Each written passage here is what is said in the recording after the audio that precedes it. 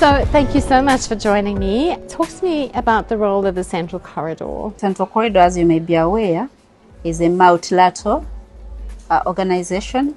It was formed up initially by 5 governments: Tanzania, the government of Rwanda, the government of Burundi, the government of the Democratic Republic of Congo. Recently, the government of Malawi also joined, and the government of Zambia is joining. This is there was a Salaam Corridor which failed to function. The countries thought it's better. A Central Corridor manages that corridor as well.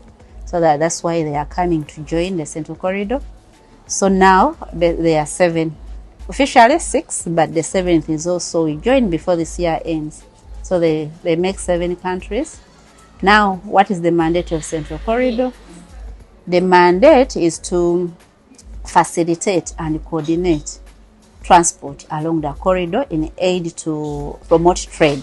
This is in a bid to reduce the cost of transport and the cost of production along the Central Corridor. So it's identifying all the obstacles at Central Corridor, bringing member states together for decision making so that everything is smoothened out. It does it in a number of areas. There is infrastructure, there is policy, customs and policy, logistics, communication and advocacy, like promoting the Central Corridor to the business community. Those are the areas how the Central Corridor performs. So when we talk rail, and specifically rail, what is the project?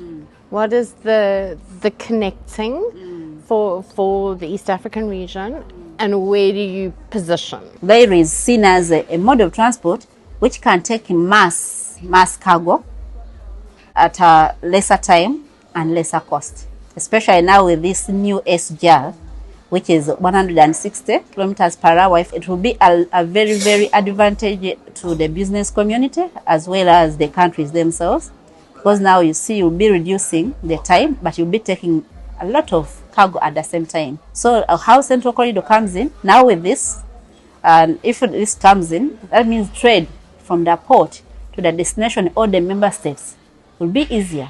The cost will reduce, and then the port of Dar es Salaam, because our major objective is to increase the usage of the port of Dar es Salaam. Port of Dar es Salaam will be well utilized. You see the rail will connect when it finishes to the port of Dar es Salaam. Even the existing meter gauge rail is connected to the port of Dar es Salaam. So if there is a cargo for a certain customer, it will be easier to reach the final destination. So that is the connection of the Central Corridor to the rail within Central Corridor region. So with like Tanzania Railways saying, because I mean like operations haven't even commenced yet, but they've already done the separation between infrastructure and asset and all the rest of it. When they start the process of open access, what is the opportunity for you as Central Corridor to be the regulatory or economic regulatory role in terms of facilitating open access, or will there be another body put in place? Okay, for this, our role will be to encourage the private sector to take this opportunity.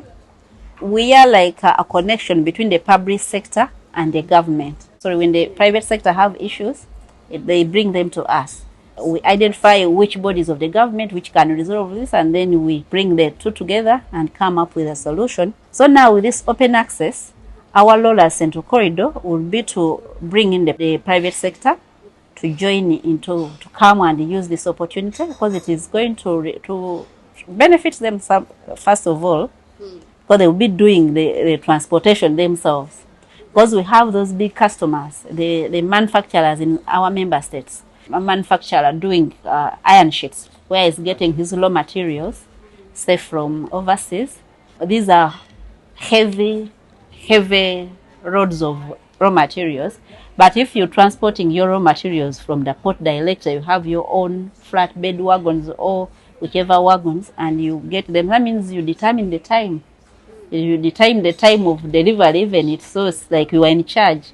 You are in charge, so it makes it easier for you, and they've expressed the interest in this already, and we want to encourage that. Now about who will bring the policing and what. No, now that is the work of the government. Already it's being worked on already, so that one we leave it to the government. However, we facilitate. Where they need facilitation, we do. Funding and funding around projects. So you were presenting all the railway projects and how we're all connecting, and you were talking about pre-feasibility and funding stage and some of the challenges that each of these guys are having.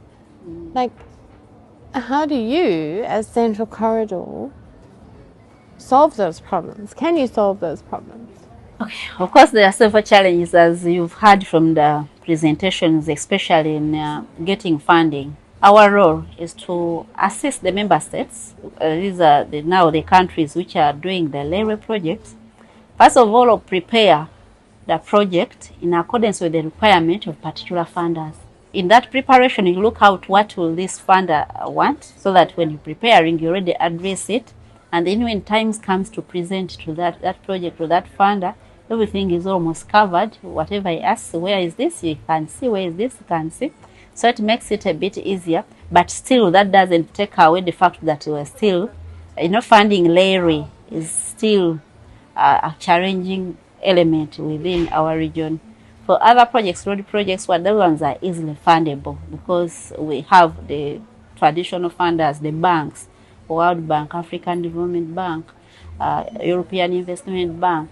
And it's easy to quantify the return on investment, and that it's bankable. Yes. Road. To rail, they are still taking it that this should be a government project. Now we're trying to penetrate to have funding in this.